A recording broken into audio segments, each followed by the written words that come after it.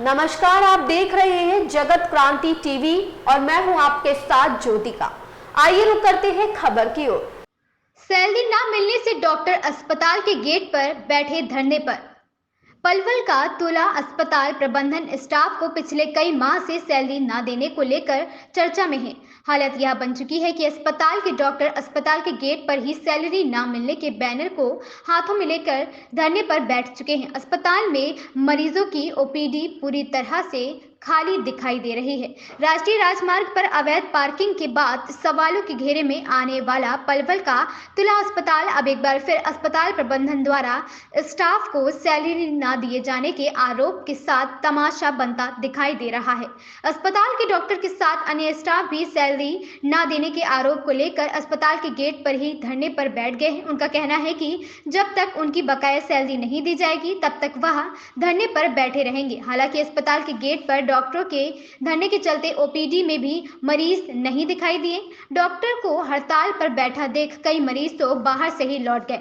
धरने पर बैठे डॉक्टर तरुण ने बताया कि पिछले 4 महीने से उन्हें सैलरी नहीं दी जा रही है। अस्पताल प्रबंधन तरह तरह के बहाने लगाकर उन्हें तनख्वाह नहीं दे रहा, जिसके चलते वह हड़ताल पर बैठने को मजबूर है। धरने पर बैठे डॉक्टर गौरव, डॉक्टर नरेंद्र, टेक्नीशियन भगत सिंह ने बताया कि अस्पताल प्रबंधन द्वारा उन्हें पिछले कई माह से सैलरी के नाम पर टरकाया जा रहा है। सैलरी मांगने पर उन पर आरोप प्रत्यारोप लगाए जा रहे हैं। उन्होंने बताया स्वीपर से लेकर डॉक्टर तक का ज्यादातर स्टाफ सैलरी न मिलने से परेशान है। उन्होंने कहा अस्पताल में मरीजों को सुविधा देने के नाम पर धोखा दिया जा रहा है। इन हालातों में अस्पताल बंद होने की कगार पर भी पहुंच सकता है।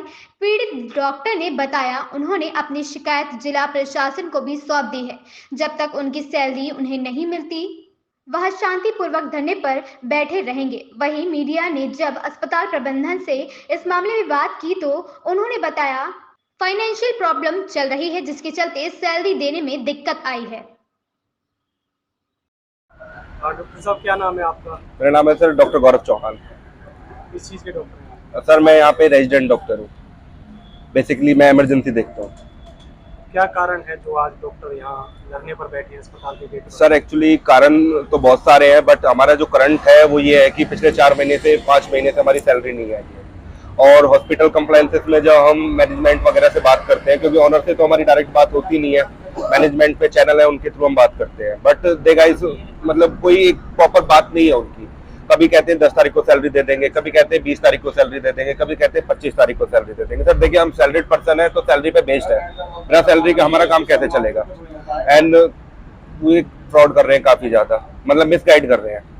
कभी टाइम पे जो इन्होंने डेट दी है अभी तक हमें, उनमें किसी भी डेट में हमारे पास कोई सैलरी नहीं है। पिछले 4 महीने से जो मेरे अकाउंट की अगर बात करें तो 35,000 सैलरी क्रेडिट हुई है, ठीक है। एंड मतलब जो वो सैलरी बता रहे हैं कि जो दिसंबर है, दिसंबर की हाफ सैलरी डाली है इन्होंने, ठीक है।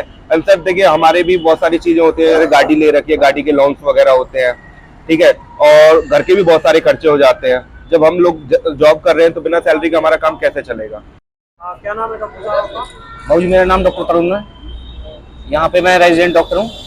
यहाँ पे मरीजों को देखता हूँ। जो भी कंसल्टेंट्स के अंदर जो मरीज भर्ती होते हैं उनकी केयरिंग हमारे अंडर दी जाती है, उनका फॉलोअप कराना हमारा काम है। पेशेंट को हम पिछले नवंबर से और लेकर अब तक हमें हर महीने गुमराह किया जा रहा है सैलरी के रिगार्डिंग। हमें डेट्स पे डेट्स दी जा रही हैं, जिससे कि हमारी आगे भी जुबानें खराब हो रही हैं। किसी का लेना देना है सर, मनीष माधुकर जी हैं, वो वीडियो कॉल पे आते हैं और फेस टू फेस हमसे कभी बात नहीं करते हैं, और ना ही हमें किसी प्रकार का कोई आश्वासन दिया कि तुम्हारी सैलरी कब आएगी। बस झूठे डेट्स दिए जाते हैं हमें, कभी 15 तारीख तो कभी 20 तारीख तो कभी 25 तारीख, कभी 29 तारीख, ऐसे इसी प्रकार की हमें डेट्स दी जा रही हैं। हर बार ये डेट्स दे के हमें भगा देते हैं। बाबू जी हमारी ये देख लिए नवंबर से लेकर के और अभी तक की सैलरी हमारी रुकी हुई है, आज तक की। 2 महीने की सैलरी नहीं दी, वो आधी करके वो सैलरी अभी हमारी मार्च में एक आधी सैलरी पहुंचाई है, बस 35,000 कुछ रुपए हमारे भेजे हैं, जो कि सैलरी हमारी बनती ज्यादा है, बट भेजे अभी तक इतने ही हैं, इतने 4 महीनों में। क्या नाम है आपका और क्या कारण है जो धरने बैठे हैं? मेरा नाम भगत सिंह है और मैं ओटी टेक्नीशियन हूँ यहाँ पे। पिछले 4 महीने से इन्होंने सैलरी नहीं दी है हमारी, लगातार झूठ बोल रहे हैं। 10% डिडक्शन काट के रखा हुआ है, पीएफ काटा, ईएसआई काटी, जो कोई नहीं, जो सरकार के साथ भी फ्रॉड है और एम्प्लॉय के साथ भी फ्रॉड है इन्होंने किया है। पिछले लंबे समय से हमारी मांग रही कि हमारी सैलरी दो, तो हमारे ही कुछ साथियों ने अभी 10 दिन पहले यहाँ आके डिमांड की सैलरी की थी। इन्होंने उल्टा उन पर फर्जी केस लगाया कि इन्होंने तोड़फोड़ की, जबकि कहीं कोई तोड़फोड़ नहीं, कुछ नहीं। इस तरह से अस्पताल प्रशासन ने पूरी तरह गुंडागर्दी मचा रखी है, ना ये सैलरी देना चाहते हैं और हमें मेंटली टॉर्चर और कर रहे हैं पीछे से। क्या मानना है इन हालातों में अस्पताल आगे कैसे चल पाएगा?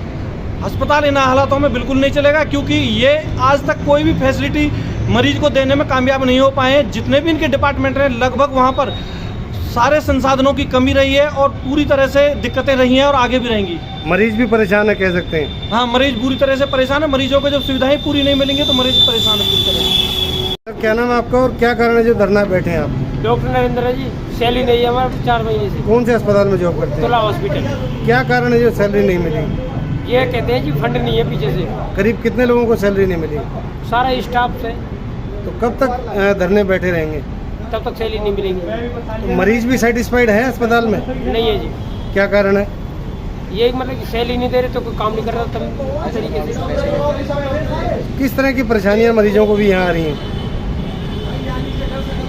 वो मेडिकल सुविधाएं नहीं मिल पा रही जी अच्छे से। ईश्वर जी, किस पोस्ट पे हैं आप तुला अस्पताल में? मैं एडमिनिस्ट्रेटर। ये डॉक्टर हैं, कुछ आरोप लगा रहे हैं कि भी हमें सैलरी नहीं मिली है 3-4 महीने।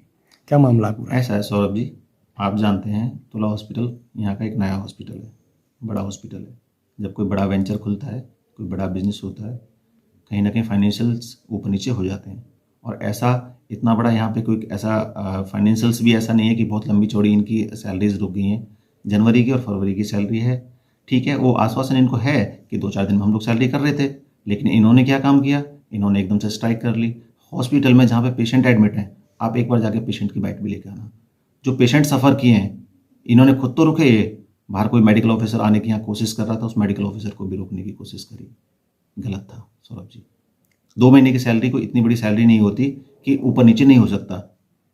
अगर हो रुक गया है तो ये मिलता भी इनको।